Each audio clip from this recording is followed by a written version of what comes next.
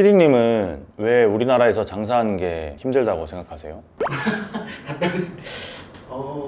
이제 제가 생각하기에는 이제 경쟁률이 좀 세진 것도 있고 네. 아무래도 장사라는 게 다른 사람들이 생각했을 때도 진입장벽이 이제 높지 않다고 생각을 하다 보니까 아무래도 경쟁이 과열되는 것도 있고 또 이제 한국에서는 한 명이 이제 잘 되면은 또 우후죽순 생겨나가는 것도 있기 때문에 점점 경쟁률도 치열해지고 아무래도 진입장벽에 문제가 있지 않을까 하고 생각을 합니다. 네, 보통 다 이제 그렇게 생각하거든요. 그리고 저도 이제 그런 이야기를 많이 했었고, 그리고 많은 책이나 뭐 뉴스 기사나 또 유튜브 콘텐츠로도 그런 식으로 많이 만들어져가지고 당연히 그렇다라고 생각은 하는데, 사실 알고 보면 이 자영업의 어떤 냉혹한 현실, 이게 숨겨진 비밀들이 좀 더 많습니다. 그 비밀에 대해서 오늘 좀 한번 제가 3가지로 좀 말씀을 드리고자 해요. 궁금하지 않으세요? 궁금합니다.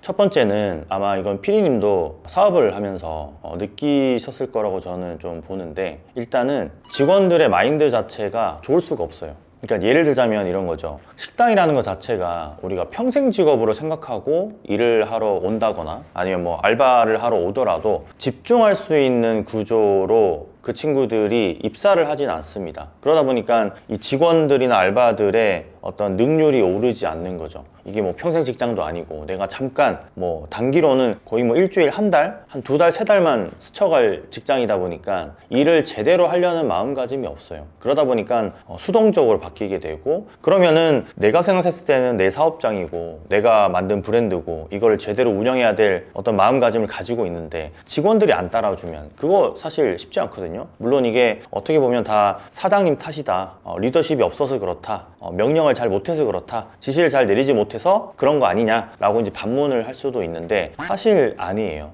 식당이라고 하는 곳에 일을 하러 오는 대부분의 사람들은 그냥 스쳐 지나간다고 생각할 뿐이지 식당을 좋은 직업으로 생각하진 않습니다. 그래서 그 부분이 저는 좀 숨겨진 비밀 중에 하나라고 생각을 하고요. 그리고 두 번째는 이건 저도 예전에 많이 느꼈었던 건데, 쉬면서도 제대로 쉬지를 못하시는 분들이 많아요, 사장님들 중에서. 그러니까 예를 들자면 매장을 오픈해 놓고 나면 어쨌든 돈은 벌리거든요. 그러다 보니까 내가 쉴 때도 돈을 벌 수 있는데 쉰다라는 죄책감을 많이들 가집니다. 이게 특히나 초보 사장님들 중에서는 훨씬 더 그런 부분이 많은데, 직장 같은 경우는 쉬면 어차피 정해져 있잖아요, 쉬는 게. 그리고 그날은 당연히 쉬어야 되는 거고, 그날 쉬어도 월급은 똑같이 나오잖아요. 근데 식당은 그렇지 않거든요. 어쨌든지 간에 내가 문만 열어놓으면 돈을 벌 수 있는 구조인데 내가 그거를 포기하고 쉬어야 되다 보니까, 그래서 초반에 1년은 저도 쉬지 말고 장사를 하라고 말씀드린 이유 자체가 그런 죄책감, 그러니까 그런 불안한 심리적인 요소를 가지고서 쉬는 것보다는 오히려 나가서 일을 하고 돈을 더 벌고 좀 자리 잡는 기간을 한 6개월에서 1년 정도라고 생각을 해야 되기 때문에 1년 정도는 제가 쉬지 말라고 말씀을 드리는 건데, 그럼에도 불구하고 이게 쉽지가 않아요.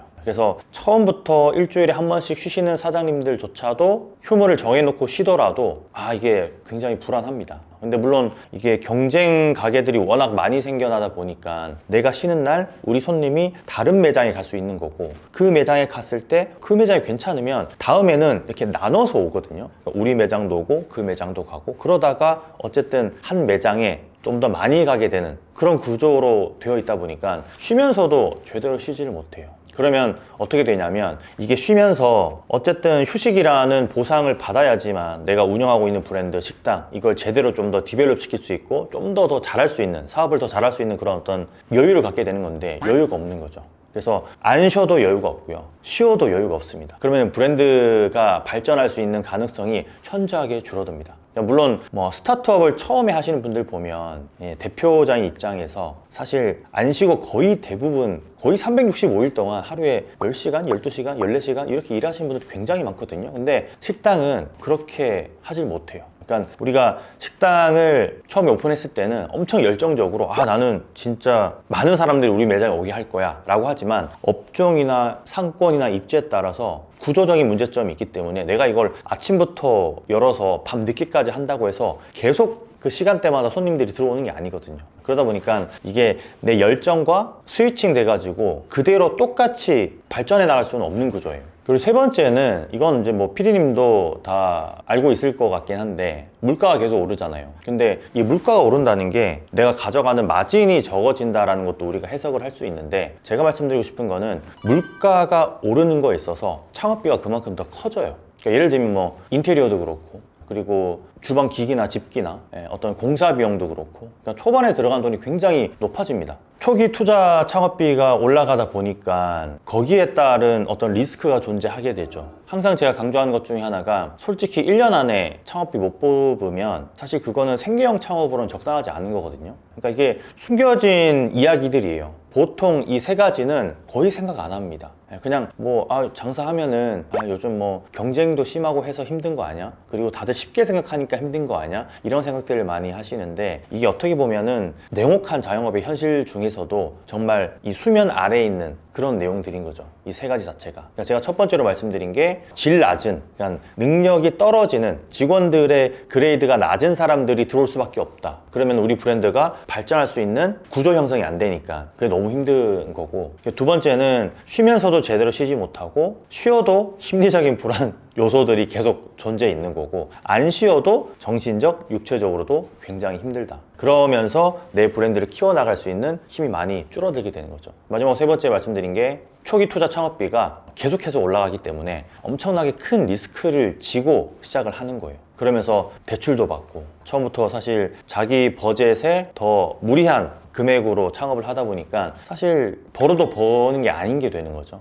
그러니까 이 세 가지는 다들 잘 생각들을 못 하세요. 그냥 다들 장밋빛 미래를 꿈꾸는 게, 누구나 알고 있는 그런 내용들 가지고는 생각은 할 수 있거든요. 자영업 힘든 거 다 알지, 하지만 나는 다를 거야 라는 생각들을 하시는데, 이 세 가지도 한번 생각을 해보신다면 저런 것도 우리가 감안을 해야 되는구나 라는 걸 좀 아실 수 있을 것 같아요. 그리고 제가 하나 더 조금 보너스로 좀 말씀을 드리자면, 정말 이건 시청자분들한테 정말 죄송스러운 얘기긴 한데 맞대가리가 없어요. 그러니까 경쟁이 되지 않는 구조예요. 거의 상위 1, 2%의 사장님들만 이거를 알고 그대로 시행을 하거든요. 그러니까 예를 들자면 지금 보여드리는 오른쪽에 있는 사진이랑 왼쪽에 있는 사진이랑 딱 봤을 때 그냥 오른쪽에 있는 식당을 가고 싶거든요. 근데 이 식당의 사장님은 그만큼 레벨이 어느 정도 올라와 있는 상태에서 장사를 하고 계시는 거고, 왼쪽에 있는 사장님은 레벨이 정말 1, 2밖에 안 되는 거죠. 그럼 레벨 100짜리랑 싸우려면 그 간극을 메꿔야 되잖아요. 그럼 그 간극을 메꾸려면 메뉴로 안 되면 다른 걸로라도 그 간극을 메꿔야 되는데 그렇지가 않다라는 거죠. 그래서 여기 계신 사장님들이 97%예요. 거의 97%, 98%. 그리고 여기 있는 사장님은 1, 2%, 약 1%에서 한 3% 내외의 사장님들. 그러니까 딱 비교를 해보면 알거든요. 그럼에도 불구하고 솔직히 실력을 키우지 않죠. 스스로 자기 객관을 잘 못하세요.